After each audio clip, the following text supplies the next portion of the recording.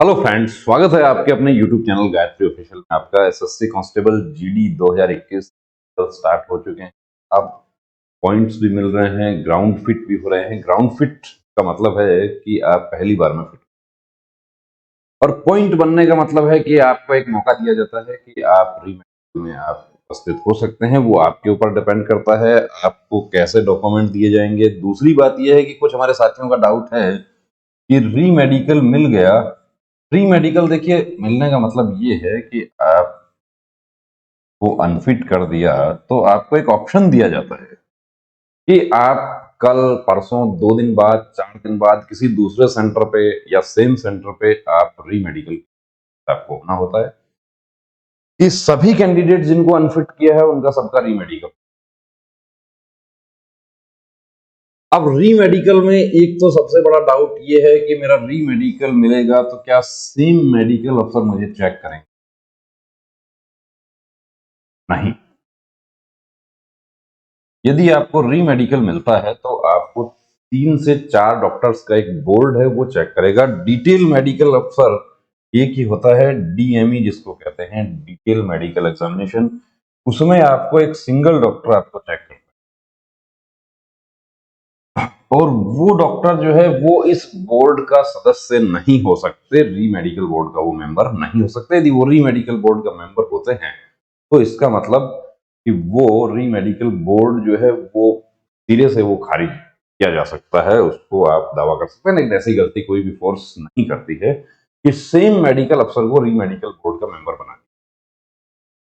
पहला पॉइंट आपका ये हो गया। दूसरी बात ये कि कितना समय मिलेगा, तो समय मिलेगा सेम। आज आपका अनफिट होता है तो नेक्स्ट डे सेम सेंटर है तो नेक्स्ट डे री मेडिकल लिया जाएगा। और यदि आपका सेंटर चेंज हो रहा है तो मैक्सिमम 5 दिन से ज्यादा का समय नहीं मिल रहा।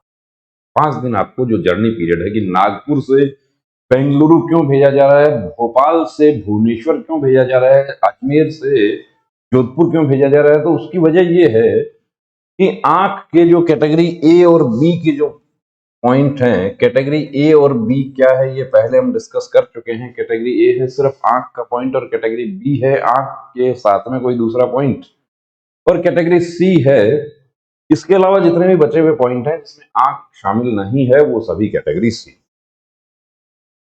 अब देखिए, टैटू जो है वो आप लोगों के टैटू होता है तो टैटू क्या है, जनरली जिनको जानकारी थी उन्होंने टैटू रिमूव कर लिया। हमारे पास भी काफी कैंडिडेट्स आए प्री मेडिकल चेकअप के लिए, और जिनको भी टैटू था, कहीं भी टैटू था, कैसा भी टैटू था, उनको हमने यही एडवाइस किया कि आप इसको, और हमारे सेंटर पर भी टैटू रिमूवल की सुविधा उपलब्ध है।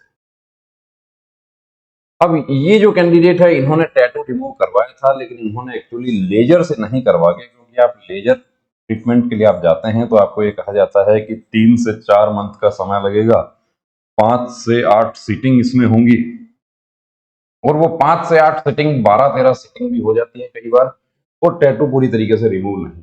जबकि मैं आपको बता दूं कि अभी ऐसी एडवांस टेक्नोलॉजी भी है कि एक दिन में आपका टैटू क्लियर हो जाए, और यदि आपके पास 7 दिन का समय है तो कोई प्रॉब्लम ही नहीं है। ये ऐसा हम आपका टैटू बिल्कुल क्लियर कर देंगे। अब इनका टैटू था, टैटू रिमूव ये करवा के गए, टैटू समय से रिमूव करवा लिया था, टैटू रिमूव करवाया लगभग 2 महीना पहले ही टैटू रिमूव करवाया, लेकिन उसके बावजूद भी इनको पॉइंट मिला। टैटू का पॉइंट मिला तो साथ में इनका क्या हुआ कि ब्लड प्रेशर भी बढ़ गया। ब्लड प्रेशर तो वहां पर बढ़ा हुआ ही रहता है। 2 पॉइंट बन गए, 14 को मेडिकल था, 14 no. STC Jodhpur, hypertension, BP बढ़ गया, 164 से 100 हो गया। कहां तक होना चाहिए?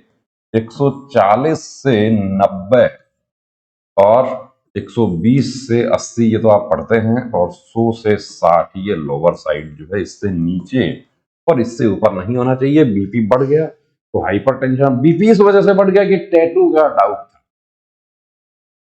A scar mark of removal tattoo on right forearm approx 7/2 cm on saluting arm। अब देखिए, कुछ हमारे साथी क्या होता है कि टैटू रिमूव करवा के जाते हैं और वहां क्या कहना है, तो आप टैटू रिमूव करवा के जा रहे हैं, आप बता दीजिए मैंने टैटू रिमूव, कोई गुनाह नहीं है और कोई बहुत बड़ा अनफिटनेस का भी कारण नहीं है। टैटू आपका प्रॉपरली हील्ड स्कार है तो कोई प्रॉब्लम नहीं होगी। अब ये सिर्फ स्कार मार्क का इसलिए इनको पॉइंट दिया स्पेशलिस्ट का ओपिनियन लेने के लिए कि ये स्कार मार्क जो है इसकी वजह से कोई स्किन में प्रॉब्लम तो नहीं हो सकती। ये दिया अनफिटनेस का रीजन दिया, यहाँ पे ये लिखा है सेंटर 14/9, उसके बाद में इनको to the presiding officer application for review medical examination के साथ ही है, इसको आप सिग्नेचर करके उनको दे देते हैं। ये रोल नंबर सिग्नेचर नेम हो गया 14/9 को, ये यहाँ पर पीओ सर का यहाँ पे फिर सिग्नेचर हो गया। अब ये जो कैंडिडेट्स इसको फिल करके नहीं देते हैं, यानी कि ऑप्शन नहीं लेते हैं री मेडिकल का, वो अपने घर जा सकते हैं, उनको कोई बाध्यता नहीं है। लेकिन आपको यदि री मेडिकल मिल रहा है तो चाहे कलर ब्लाइंड में ही क्यों ना मिले, आप री मेडिकल का ऑप्शन जो है वो जरूर एक्सेप्ट करें। 15/9 को इनका री मेडिकल हो गया, वेरी नेक्स्ट डे। अब री मेडिकल हुआ तो इनका जब मैसेज आया, हमने स्टेटस पर भी लगा दिया कि ये बहुत समय से हमारे चेक कर रहे हैं, हमारे री मेडिकल स्टूडेंट हैं हमारे। तो कुछ हमारे साथियों ने पूछा कि मेडिकल फिट होता है उसको क्या सर्टिफिकेट दिया जाता है? हमें तो नहीं दिया गया। डिटेल मेडिकल में नहीं देगा, डिटेल मेडिकल में तो आप जो अनफिट है उन्हीं को देता है। डिटेल मेडिकल में आपको बता दिया कि आप फिट है, आप घर जाइए, आप फिट है।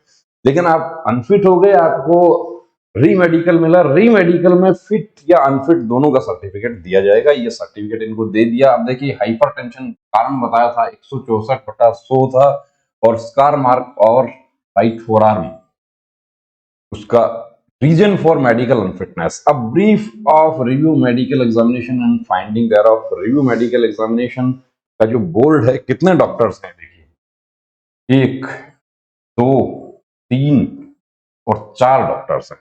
कहीं कहीं सेंटर्स पे 3 भी हैं, कहीं को ऑप्टेड मेंबर हैं, वहां पर 4 हो गया। और उसके साथ स्पेशलिस्ट का ओपिनियन भी लिया जाता है सिविल हॉस्पिटल से, मेडिकल कॉलेज से, पैनल हॉस्पिटल से, जैसा भी अवेलेबिलिटी होती है। बीपी मेजर्ड बाय बोर्ड कितना है? 138/86। बच गए। यदि 140 हो जाता प्रॉब्लम हो जाता, लेकिन नॉर्मल हो गया। Healthy healed scar tissue 1 on right forearm 7 centimeter by 2 centimeter without any functional disability। ये हेल्थी स्कार है, कोई प्रॉब्लम नहीं है, फंक्शनल डिसेबिलिटी नहीं है, कोई प्रॉब्लम नहीं है उसमें। क्या है? फाइनल ओपिनियन फिट, ये नॉट एप्लीकेबल। यदि अनफिट किया जाता है यहाँ पर, तो यहाँ पर कुछ कारण बताया जाता है क्यों अनफिट किया। ये एसपीसी बीएसएफ जोधपुर, ये 4 डॉक्टर्स का सिग्नेचर हो गया, कैंडिडेट का सिग्नेचर हो गया। तो देखिए दोस्तों, पॉइंट बनना कोई बड़ा इशू नहीं है। अब टैटू रिमूव ही नहीं करवा के गए हमारे कुछ कैंडिडेट्स, टैटू रिमूव नहीं करवा के गए, उनका भी 15 को ही मेडिकल हुआ, और 15 को ही मेडिकल हुआ। 14 को टैटू की वजह से पॉइंट बना था, 15 को मेडिकल हुआ और टैटू में अनफिट।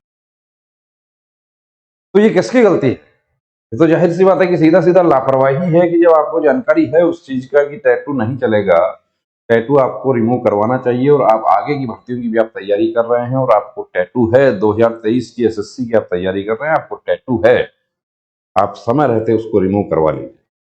टैटू 7 दिन में भी रिमूव हो जाता है, लेकिन वो 7 दिन वाले में कुछ बच जाता है, आप समय रहते उसको रिमूव करवा लेंगे, आपको ऐसी परेशानी होगी। और टैटू सर्जरी की बजाय आप लेजर से करवाएं, वो ज्यादा अच्छा रहेगा, क्योंकि सर्जरी में कई बार केलोइड बन जाता है और वो केलोइड अनफिट हो जाता है। बने रहिए दोस्तों चैनल के साथ, और यदि आपका भी कोई हमारे साथ शेयर करना चाहते हैं, आपका स्वागत है। प्री मेडिकल चेकअप के लिए आप हमारे सेंटर पर आना चाहते हैं, उसके लिए आपका स्वागत है।